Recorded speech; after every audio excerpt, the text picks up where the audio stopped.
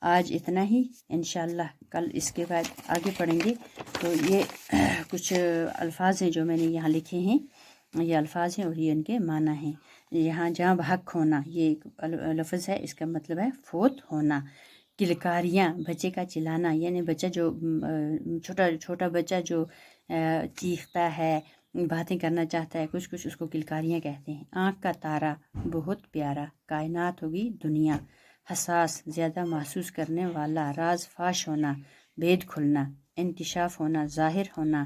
کان پر جوں نہ رینگنا، کوئی اثر نہ ہونا۔ سرخ رو، کامیاب۔ پتا مارنا، محنت کرنا۔ رو بچوں، شکریہ، آج اتنا ہی، کل انشاءاللہ اور ملیں گے۔